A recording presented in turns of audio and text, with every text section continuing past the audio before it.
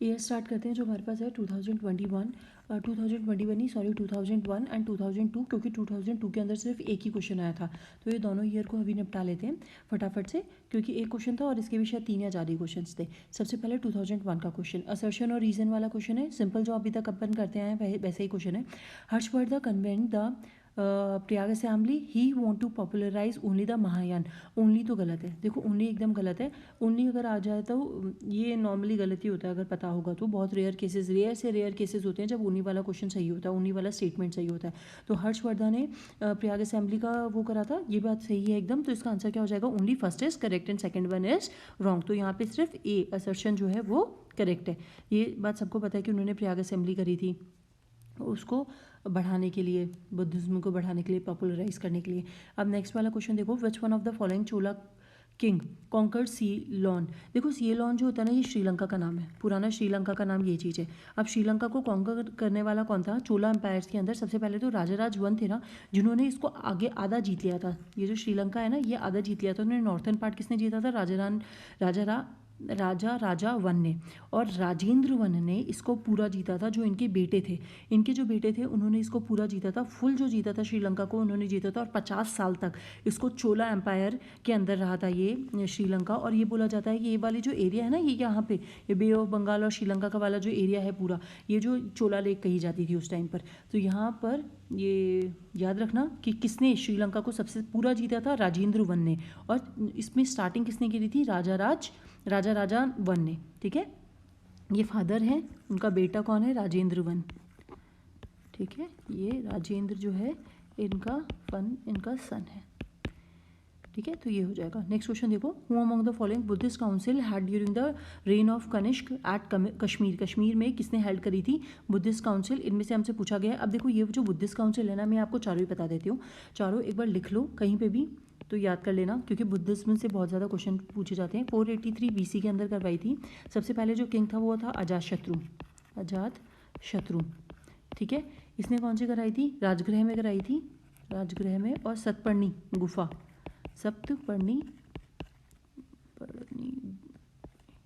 गुफा। ठीक है, ये चीज़। फिर उसके बाद यहाँ पे कौन था? महाकश्यप। नेक्स्ट देखो, नेक्स्ट कौन है?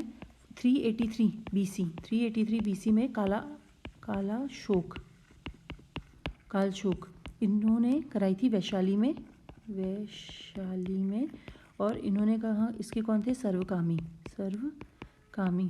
नेक्स्ट वाली देख लो, 251। देखो 483 383 ऐसे याद रख लेना। फिर 251 432 BC में करवाई थी अशोक ने।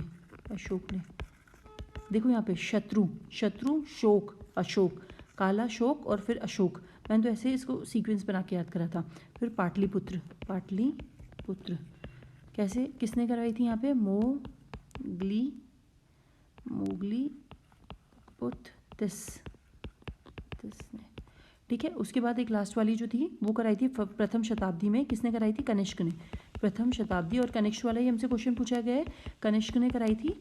और कुंडलवन कहाँ पर है? कश्मीर में कराई थी। और इसमें कौन से थे? वासुमित्र। और इसके उपाध्यक्ष कौन थे? अश्वघोष।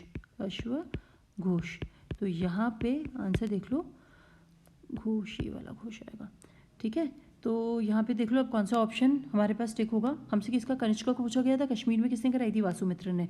और इनका उपाध्यक्ष कौन था? अश्वघोष था। तो आंसर यहाँ पे क्या हो जाएगा? डी। नागार्जुन, शुद्रा, परसवा, ये तो किसी में है भी नहीं, ये ऑप्शन कहीं पे भी मैच नहीं कर रहे। तो ये जो 4th बुद्धिस्ट काउंसिल है ये याद कर लेना, और 2 जो जैनिस्ट काउंसिल है वो भी याद कर लेना। ठीक है, यहाँ पे लिख दी है तो कहीं पे नोट कर लेना।